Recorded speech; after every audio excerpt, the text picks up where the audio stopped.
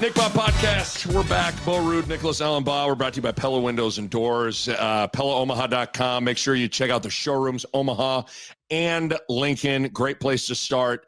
There's just nothing better. My 9-year-old daughter's soccer team, a couple of the girls on the team, saw me in a commercial. And let's just say I went from like dorky dad assistant coach to like this guy right here. Who's cooler?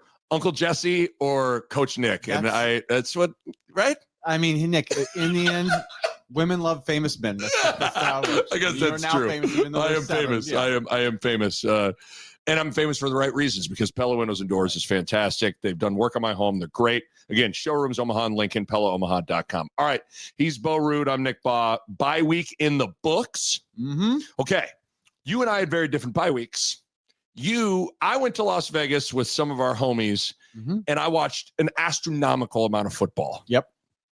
Did I drink an astronomical amount of beers?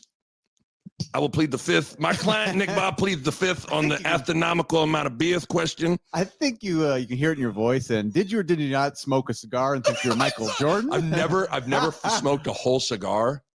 At the end of it, I think I regret it. I think I regret people on my deathbed. If people go biggest regrets, I'm like smoking the cigar in 2025. But it was great. It was a story. It was a good story. It was a story. It was great. But so I watched a ton of football. So I have some thoughts on that.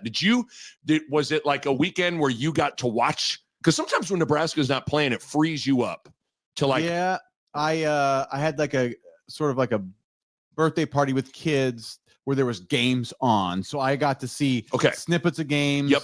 Got to see Oregon, Penn State. Yep. So I feel like I got to watch nice chunks of football, actually. Because that's one thing that is like when there isn't a Husker football game, the Husker game kind of, it doesn't necessarily take up your whole day, but it kind of can. Especially if you go to a game. If you go to a game, it's like that's your day usually. So the bye week allows you to kind of like unfiltered, just watch a bunch of games. Agreed. Yep. And sometimes it's unfair to bring like Nebraska into the viewing experience, and like whether you're comparing or contrasting or just thinking about them. I couldn't help but do that the whole weekend for some reason. Like I'm always thinking about Nebraska football, and I'm sitting there and I'm watching Virginia on Friday night beat Florida State. Florida State's top 10 in the country, right? And then I watch Illinois beat USC.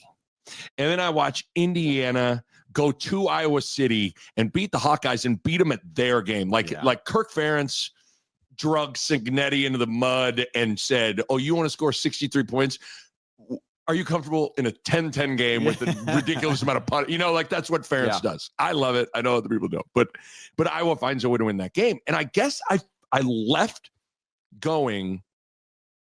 My lens wasn't, can Nebraska beat this team or that team? My lens was more of like, okay, it's time for Nebraska. It's time. Year 3 for Rhule. Those teams, Virginia, Illinois, Indiana, Nebraska's more invested in football than those 3 schools. Yeah. You got a 5-star quarterback in Dylan Rhule. The schedule, Bo, is a gift. Yep. Like you said, you watched Oregon, Penn State. Like imagine playing Oregon. Yeah, that's different. That's different. I'm watching Ohio State go out to Washington. I may have had the Dubs plus 8.5, and they didn't make it happen for me, but you don't have to play Ohio State. You don't have to play the 2 best teams in the league, and Nebraska gets to play the 2 worst teams in the league, and that's UCLA and Northwestern. And you could argue the 3 best teams are Indiana, Oregon, and Ohio State. It's a down Michigan year. Yes. And it's a down Penn State year a little bit. And you know what? Side note, like that Penn State game, there's a world where the climate around that program by the time November hits, like James Franklin and Penn State have hit like the Bo Pelini stage of like a lot of success, but can't get over the hump. Yeah. It feels like both sides are like, if this was a dinner, you would hear a lot of just like the sounds of the fork. The fork and the knife are hitting the plate. Yeah. There's not a lot of conversations going on. Like they're both a little like, seem a little tired of each other. You think the Penn State fan base is a little tired of Franklin? I do. You do? Okay. I do. I do. He's had a lot of success. They want more. So I just to tie it back to the schedule thing. Like the schedule's a gift. Yes. And so I'm just sitting there and I'm like, it's time. Like it's time for Nebraska. Is it time? You're saying it's time as this is an opportunity, or it's time like, do you think we are close enough? Great question. That segues perfectly into like, I think what the hard part is like, do I think the program right now, this team, this moment, we're recording this as October 1st, 2025. Do I think this team is ready to take that big step? I don't. Yeah. But I go, it's year 3 for Matt Rhule. Like, why can't there kind of shouldn't be any real excuse for them to not take a step here. And the reason why there can't be an excuse anymore is the parity of college football. You just said, like, Virginia's beaten Florida State. Illinois gets killed one week, the next week they go out. USC. They beat USC. Right. And so you go, it's hard to understand why that doesn't apply to us. And so that's probably right in the sense of like, this is it. This is an opportunity. You're good enough, but you just have to find a way to be the team that's willing to take what's there. Yes. And we've been unwilling. Just as a program in general, we just feel like we have to build it's so much building and way less just going and getting something. And that's what, again, I might have said this the other day on the pod. I can't remember now. It might have been the cigar that I smoked that was like file delete memory. But Dana Altman was here last week and he brought it up in front of like the whole place at this Creighton Prep Sports Night where I was I emceed a little thing between him and Coach McDermott. He brought it up the night before and I was at dinner with him and he was like, I heard the stat that Nebraska hasn't beaten a ranked team in 28 straight games. And he just like, he couldn't believe it. Yeah. And the way he tied it to the Creighton people in the stands was, don't take this for granted. Like, continue to support Coach McDermott, continue to support the program. Cause like, can you believe, look at the football program and all this stuff. So, but I say that to say how can Virginia on a Friday night beat a top 10 team and Nebraska's had 28 swings at it and has whiffed 28 times? So again, I'm just like, for some reason, watching games this weekend turned up the urgency. And I'm not trying to necessarily put like heat on Rhule. Like, man, if he doesn't get it done, he's got to. You're not trying to just crank up that sauna right now. I'm not necessarily trying to crank up the sauna, but I'm watching the games made you think like, wait, I go like, well, what is going on? What are we waiting for? Right. If not now, when? Yeah. It's year 3. You got Dylan Raiola. You have a really gift of a schedule. Yep. I mean, you're about to play Cincinnati, for all intents and purposes, was a home game, but you're about to play your 5th home game in a row to start the year. Yeah. I mean, it's hard. Like, even this happens all the time, and I was texting the guys about it, so I don't mind doing it. I thought the Unsportsmanlike Conduct boys, John and Josh, had a great kind of topic this week on their radio show on 1620, where they kind of posed the question of, would anything less than 4-0 in October be a disappointment? So Michigan State, at Maryland, at Minnesota, Northwestern at home. Nebraska on paper probably would be favored in all 4 games. I could see the Minnesota game, by the time that game gets there may be a slight dog at Minneapolis, in Minneapolis. But the way they framed it, and I was listening to it, just like, man, this is a perfect topic kind of what was going on in my brain of like, if the program is actually progressing under Matt Rhule, like, is anything, does 4-0 need to happen? That I don't know if I'm ready to go there, but I mean, the problem goes like anything less than 3-1. The 3 games to me is these 4 games, you've got to take 3 out of 4 minimum. I think for this season, right? Because we know how this schedule is going to end up, with USC and we got Penn State, Iowa, right? Mm-hmm. That's going to be. We've got to have some wins in our belt going into those games because that's the hardest part of the schedule, and what this essentially secures is a good season. If you win these 4, you have a good season. Whether you finish not as great, right? but it gives you a chance to have a great season, right? You can win 9-10 games, right? Now all of a sudden we call that a great season for us right now. So 3 is the minimum in this chunk of the schedule. This is the quote unquote easy. But no, it's easier. Yes. The easier part of the schedule left. And I agree. I think 3 is a minimum. You got to get it. And then, 4 is not unrealistic. But what's hard about this question is like, we say that and we're on this, you and I are on completely the same page. I'm not ready to go 4-0. That feels like I'm just not ready to go there. Now, some would say like, why not? And it's like, okay, I mean, every game's hard in the Big Ten. I just think it is. I just really believe it is. I agree. But I think what's hard is balancing a couple of things with kind of chewing on that question. Stolen from unsportsmanlike conduct on 1620. Balancing, like taking into account Nebraska's recent struggles over the last 5-10 years, right? Yeah. Then you have to also take into account this specific team. You've seen how they've struggled to protect Dylan Rhule. They've struggled to kind of just straight up run the ball. They've struggled to stop. They've given up big, long runs, those kinds of things. Yep. But then you take into account what we talked about of like where things should be by the time you're in year 3 under Matt Rhule. And so it's hard to take all 3 of those things and spit out what you really believe, because I don't know. Like I said at the start of the year, like it's not like Minnesota's a world beater, but like right now, do you expect Nebraska to go to Minnesota and win right now? I wouldn't say that lightly. Like I would, as a Husker homer, as a Husker homer, you're just going to say refuse to say it. I know it's like it's in my DNA. I can't just say we're going to go lose something. I'm just going to say, hey, we got to talk about this or something. But like, I'm not going to. You're like the politician. They'd be like, "Do you believe in Section 14-9?" Like, well, really, what this is about is. The middle class, and it's like, well, what's your answer? Yeah, I won't answer it, but I would say like, yeah, I think we don't. Michigan was our measuring stick game, and we didn't measure up, but we definitely didn't measure down to where we have been. Agreed. So that's where like we've got a Michigan State team that's beatable. I think. Yeah, we're catching. I mean, we're given 8. In the 8.5 or something. Now it's up to I was saying it's like 10 or 11 in some which is surprising because I think they started the year strong. Beat Boston College in OT and I watched the just like an hour ago. I watched the USC game.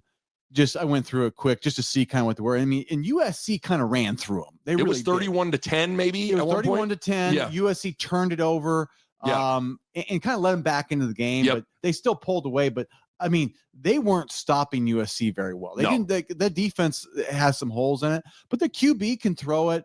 He runs decent. So, and Matt Rhule, insinuated like they're running big boy offense. Like it's pro style. They're doing the real stuff. So, I think it's going to be an interesting matchup because I do think we should win this game. But like, God, I mean, this isn't like a slough off team. This is a Big Ten team. It's going to be a Big Ten game. I don't expect it to be a blowout. I expect it to be close. But we're going to learn a lot more this week. So at least we're learning real things now every week. Yeah. Michigan, we didn't measure up. I actually love what Holgerson said about it is like, he said they watched that Michigan game. He had his offense watch Michigan's offense to see how they looked. And basically said, like, that's what it should look like. Right. Like how they're moving and blocking guys. So that's what I think this week is going to be is how do we look in the trenches? Have we, gone back 2 weeks of grinding? And are we going to come back out of that Michigan game a little bit better, actually? That's going to be this week. This is what's going to tell us, like, are we on the trend back up? Because I'm in total agreement with you. I couldn't. And again, maybe I'm just bringing in too much baggage from the past, and I need to go to therapy and let it go. But I couldn't believe the spread. Like that seems. I mean, I'm kind of the mindset of anybody outside of maybe Northwestern, like Nebraska favored by double digits against any Big Ten team, just seems kind of like. I mean, what have you been watching for years here? Like, I think the if you're going to give Vegas credit, the credit is they must think this Michigan State defense Stinks. is stinky enough. Yes, that Dylan's going to shred them. Dylan, like they'll keep it close, but in the fourth quarter, Nebraska pulls away, gets one last touchdown and it goes from a 7-point game. It's 30-20, and Dylan hits Dankey, and now it's 37-20, and something along those lines. I think that's the most likely outcome in Vegas's mind. But I don't think it's like, hey, we're putting up 45 and they're not like. I think it's going to be a game. I do too. I do too. A couple of things with. Holgerson said something interesting in his press conference. Rhule had kind of an interesting just demeanor in general. He's usually a little more like talkative and stuff. He was a little shorter. He wasn't like a jerk or anything, but he just wasn't as into elaborating as he maybe usually is. But they both hinted at like having something up their sleeve for the running back situation. Holgerson said, and I quote, "You'll see something you haven't seen on Saturday." Is that just playing games with Michigan State? Because I don't even know what. I hope they are, because I wouldn't give it away otherwise. Right. Don't give anything away. No. And so I don't. That's why I don't know if they're just trying to mess with them. But I mean, or it could be schematic change, right? So it's like, they're going to have some unique blocking schemes or something. That to me is what you usually see is sometimes when you're having trouble, like you sort of like you make a shift and you try to find an edge by like changing the scheme up a little bit, maybe. Or the only thought I had, because that would make more sense. The only thought I had is maybe they, over the bye week, just have decided to kind of go all in on Mosey. I mean, that would be the time. And just kind of going like, give him about, 100 reps of practice. Just like, I mean, maybe they just said like, listen, Ives. Just maybe they all went like, show of hands, who really thinks Ives or Nelson is really gonna like, and maybe they all, I don't know. Yeah. I'm just trying to be like, see something, quote, you'll see something you haven't seen on Saturday. Yeah. I don't know what that could be. It'll also be interesting to see what they do with Pritchett. Yeah. Like if they ever just decide to kind of like the week to make the move is probably during the bye week. That's what I'm saying. Like to me, like the bye week allows you, if you're going to go all in on talent. Yeah. Mosey, Pritchett, those like just going like, hey guys, like we got to live and let these guys play through. Like if Pritchett jumps off, like if he false starts, maybe you got to let him like stay out there for more than just like a couple of plays. And I think like Butler was mentioning like Gabe Moore on the inside. And like just like he's a bigger body. I think, he hasn't been able to play as many snaps. And I think they're trying to get maybe some of these other guys that they like that haven't quite gotten up to speed. Yeah. I wouldn't doubt if you saw a little bit of that, especially in the trenches. I think in the trenches, you're going to see some, slight changes. Something. So Michigan State, the 3-1, like you said, they beat Western Michigan. They beat Boston College in overtime. Mm-hmm. And then they beat Youngstown State. And then they went to USC and got beat 45-31. Like you said, that felt like USC. If you watch, I did the same thing you did. I watched all it was a long highlight cut up, and like they couldn't dream of slowing down USC. And it kind of felt like they got up 31-10, they turned it over, it got to 31-24, and then USC was like, oh, okay, we'll just quickly like shove it down your throat for 2 more possessions here. Not a good defensive team. You brought it up. Their quarterback's good. I watched them against Boston College. He's good. In fact, there are some mock drafts that have him as a first or second rounder. Really? Yes. That seems. I thought he threw the ball better than he looked running, though. Like, but what's crazy is his running, I think, is what I think scares me the most in this game. He doesn't look like it is what he really wants to do. No. I mean, because this is like you said, this is kind of like a pro style offense, Now they will do some QB read stuff, and even down the goal line, they do some like kind of quarterback follows and different things and quarterback ISOs. But I mean, he's completing 68% of his passes. He's only thrown 1 pick. He's carried the ball 39 times for 154 yards and 2 touchdowns. He throws the ball down the field pretty good. Yes, he does. I thought he threw it down the field. And he's a good looking athlete. Like he's tall, big, strong kid. So I think the biggest thing, I think Nebraska's I see kind of a higher scoring game.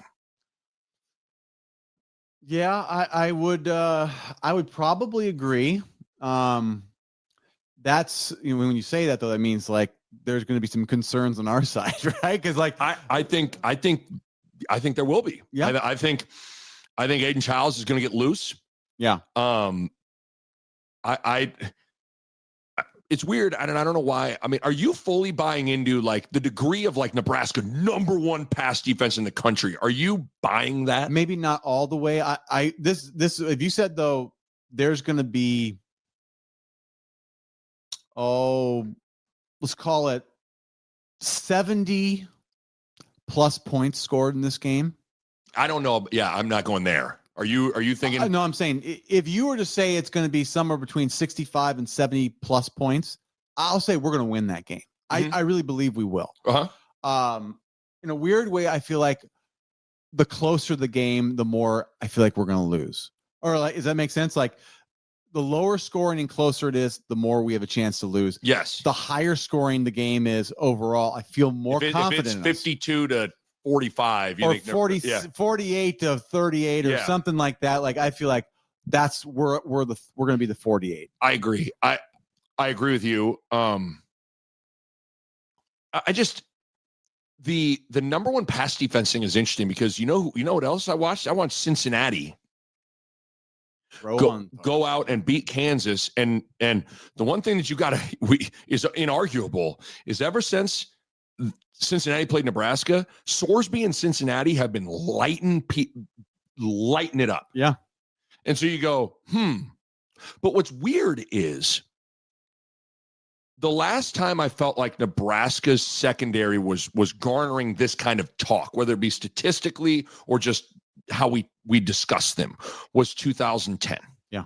With Haig, Prince, Gomes, Dennard. Yep. When I look at those guys and I go, Sayer Wright, Andrew Marshall, Deshaun Singleton, Buford, I would take all four of those guys of the 2010 guys. So I think I'm having a hard time of like, and maybe the beauty of it is the sum of the parts. Yeah. Or so, is the whole, I was struggling with the whole over the parts.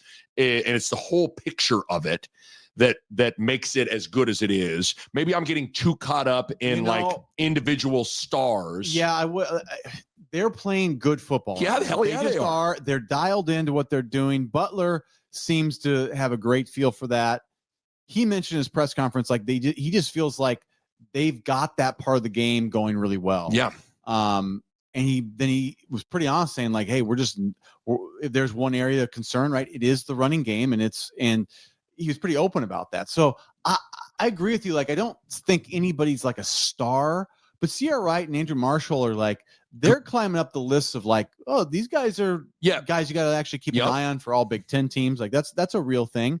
I'm not ready to say those guys are a first team all Big Ten player either of them, but that's where like time will tell as the season goes on, like how close they are to like a 2010 team. Yeah. How like we still got there's a lot of football to be played. Yeah. And then Singleton and Buford have just played a lot of football. You know that. Like, I mean, by the time you were a senior in 2007, it's just like, you've just seen it. You've seen a lot of snaps. Yeah. Not only are you physically just at a superior place, strength, all that stuff, but just I'd have to imagine, I'd imagine like mentally how you were in 2004, 2005 compared to 2007 is night and day. Yeah. There's just a lot of plays that come a lot easier when you're older, because you know what's coming. For sure. Expect. So I think that's the case with those two, and Sierra Wright and Marshall and Donovan Jones. These guys are playing good football. Hell yeah, they're playing good football. I don't know. It's just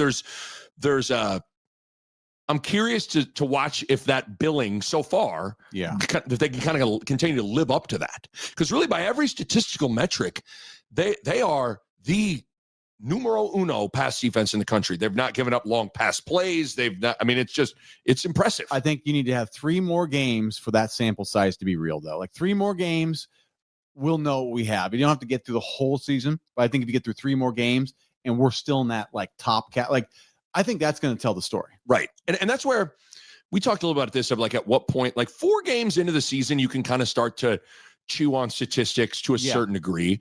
I do think when you have a Houston Christian and an Akron in there, you got to kind of can take that into consideration. Yeah. But at the same time, Michigan State's got a Western Michigan and a Youngstown State in there. Yeah. So like everybody's got a Panera Bread Tech and a Roast Beef State on there, usually in the 4 games that they've played. So I think Nebraska's going to win this game. I had it at like 34-27, 35-28. Like I think I could see that. I think that's probably right. Somewhere in that range. I mean, I think it's going to be a little bit more high scoring. I think that's probably right. And I like us in the high scoring game. So. I do too. Yeah. If you just told me the score was 14-13, we lose. Yes. Like if it's 20-17, I'm going, uh-oh. Yeah. Just because I agree. I think the offense is going to have a day. Yeah. They don't really they don't rush the passer great. They just really don't do any one thing particularly well defensively. They've given up a lot of yards and a lot of points to almost every team they've played. When BC, they scored 40 or whatever it was, and that game was in overtime, but nevertheless, Boston College was able to go to East Lansing. Yeah. And, they hung 40. So, I'll bet on Holgorsen, Rhule. Me too. But I'm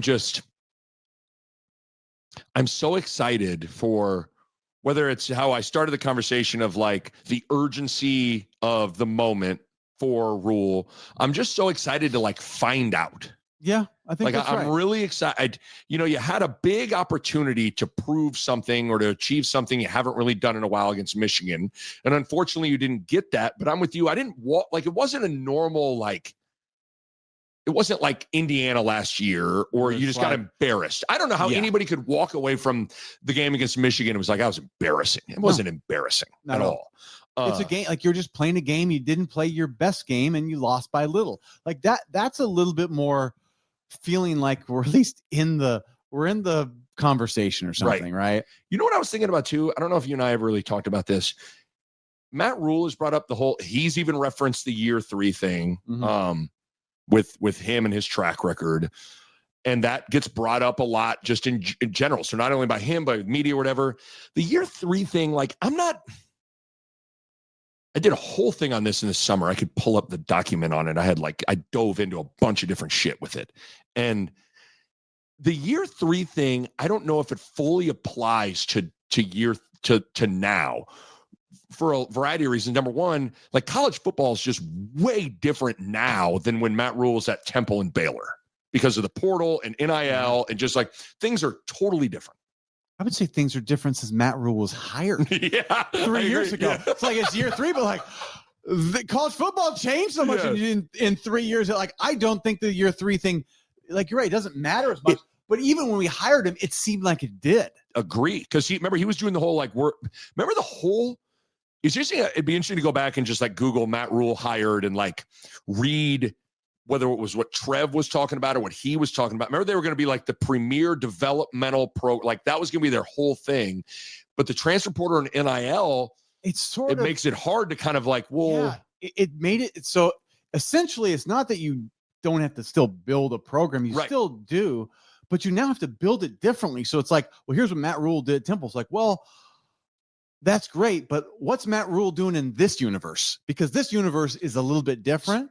So it's is Matt Rhule a great 3-year program builder with as a NFL GM drafting the right players and hitting right free agency? That's almost I don't know. Is he John Lynch for the Niners, or is he who is he? Right. So that's where I don't know if, like you say, you still got to build a program, but is the same analogy, does that even work? Because I don't know if it does. Universe. Well, I just think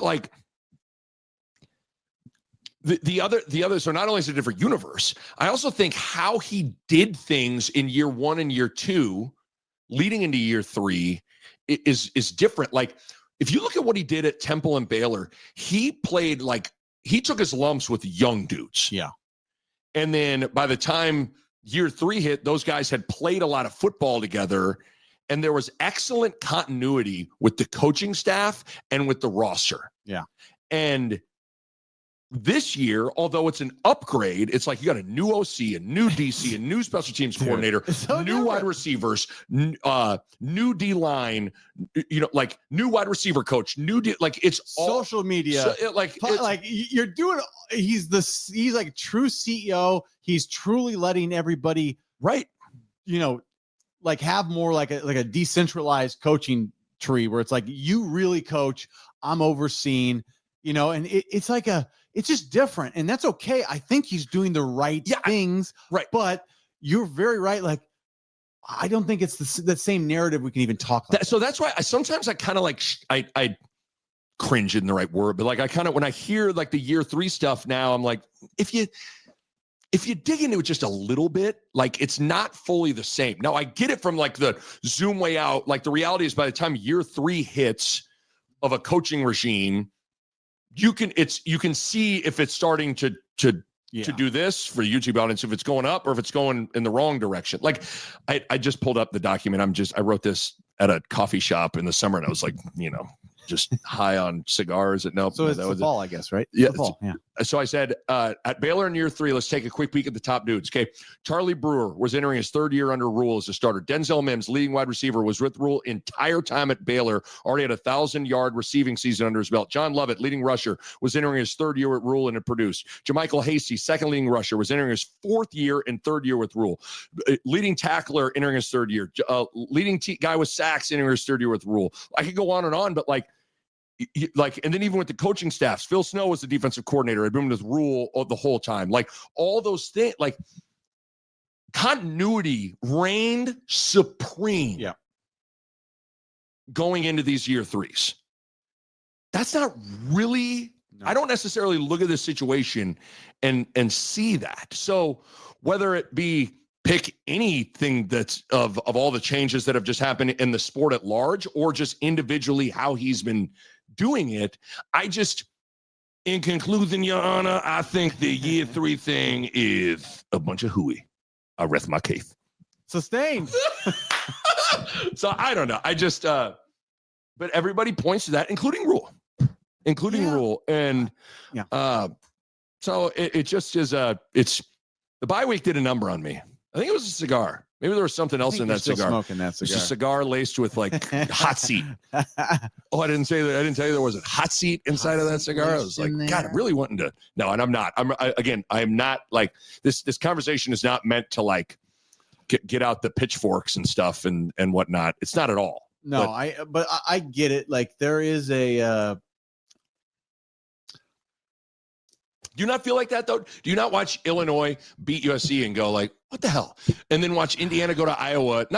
Nebraska went to Iowa a couple years ago and beat them, but it had, If I think about it too much, Nick, I think it makes me crazy. I think I had nothing to do because there was no Nebraska, but to kind of think about that stuff as I watch these other games.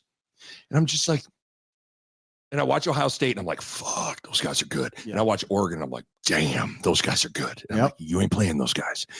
And I'm watching Indiana's QB and I'm like, that dude's pretty good. And on and on and on. And I'm just like, I come away going, who was it in Lion King? Was like, it is time. Rafiki. Rafiki. Yeah, Rafiki. I basically like want to go to Matt Rhule and just like it is time. I think that's fair. I mean, what I'm going to be watching this week, I'm going to be watching those trenches, right? Yep. So the stat that I wrote down for today, I saw it and maybe an article. Bo Ruud's Nito stat of the day. Stat of the day. I think this is from Mitch Sherman's article. Basically, it's like Nebraska's one of 3 Big Ten teams in the bottom third in the league of both rushing yards per attempt and rushing yards allowed per game. And basically, they said in the last 10 seasons, 20 teams have finished in the bottom of those two. And 20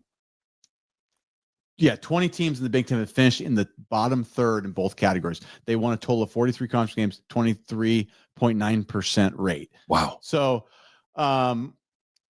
it's a bad sign. It's a really bad sign. That's got to change. That is really what we're going to have to see is in the Big Ten, if you can't run and can't stop the run, you will see a lot of L's start piling up. So I think the Michigan was like is this who we are? Or is that our wake-up call, right? Because I think our coaching staff really tried to make light of like, or they tried to make an emphasis like, guys, this is it right here. So like, I think we're going to make an improvement there, but there's no doubt we will not be an elite team until our trenches play like one of the top teams in the Big Ten. And I just, right now we just haven't had that for a long time. And what's so frustrating is at least on paper, the last 2 years defensively, they were. Yeah. At least on paper, Rhule's first year, largely because of, Ty and Nationals, the first 2 years they were there. And it's just now they're not quite there, at least for now. But yeah, I mean, Mitch's stat is a good one. Like, how good of a team can you be in the Big Ten in particular? Maybe in the Big 12, you could be fine. Yeah. But in the Big Ten, how good of a team can you be if you are below average at running the ball and stopping the run? Yeah. And then you touched on this, and then we'll get out of here in a second. But I want to like ask you about it again, because it's just been interesting to watch the conversation ensue after the Michigan game. You do hear some people, it's like, well, it's not like Nebraska just got shoved around for 4 quarters. It just was like, oh, Underwood popped there, and then Haynes popped there, and then Marshall popped there. What side of the conversation do you fall on that, where it's not as bad as it looked? It really was just 3 runs that made it look worse. But that's the if game prison that we've been in. Like, I don't know. No, I mean, they still are making those runs, and they're still leaning on us. Like, we talked a lot about just the overall mindset of like, it's not just, hey, I'm in the right gap, but I'm closing the gaps, right? That's that's like one of the big themes I've been on, is just like, you can tell when we're like sticking the edge, like, setting the edge, we're like hitting people thick, we're making a wall. It's funny, me and Stu Bradley, so shout out to Stu if you're listening, Stu.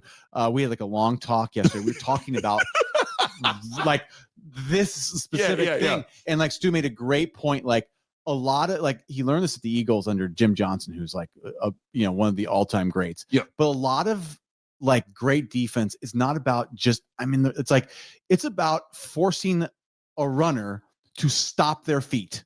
Right? You see how when they're they're running through big holes at full speed, we're in big trouble. That means something's wrong in our defense if they can even do that. It's not, oh, the guy's got to make the tackle. It's like, there's something wrong if that's happening on a consistent basis. Like, the mindset's got to be, they're never going through the line at full speed. They got to stop their feet. They got to bounce out wide. You have to buy your defense time to rally, right? Right. And it's all this mindset and everything, where there's no easy big holes. Like, it's all being compressed. It's all being like, it's all about like this. It's a different mindset about getting them to slow their game down, to do the things they don't want to do, bounce to a different hole out to where we can rally, versus like, when they're winning the line of scrimmage, that means they're leaning on us. They're opening those holes. We're not constricting them. They're spreading them, and they got one-on-ones, and they're hitting it full speed. And then it's just like, they're going to win sometimes. Right. And then it's gonzo time. So like, that's what I'm looking at as a team defense. It's push, it's compression, it's making them stop and they got to stutter, they got to jump, they're running into that wall of humanity. I know everybody knows exactly what you're saying. Yeah, and then if you bounce it and you make a nice run for 10 or 15 yards and we push you out of bounds, like, that's the kind of defense we want to play. But the type of gashes we had 3 that were just like, see ya, touchdowns. Can't have that. Right. You can't have the just like, you ran the wrong gap, touchdown Underwood. 2 times where we're just like the back, like huge holes, one-on-ones that were just like, God, we're in a bad place defensively if the mindset isn't sort of like just that everybody's playing like that. Like, no, we're not gonna get pushed, like pushed out all the time. Right. We're fighting pressure. That's what it's all about. Like, you're always fighting that pressure and making them run where they don't want to run, bounce to where they don't want to bounce. I loved how you explained it in the recap pod. I love it how you explained it again. And I love Stu's little anecdote as well. Yeah. I love that so much that I don't even want to like continue. I think we've peaked. I think we peaked. Well, that's pretty good. Let's go smoke a cigar. Are you sure? A Hurrdat Sports Network production.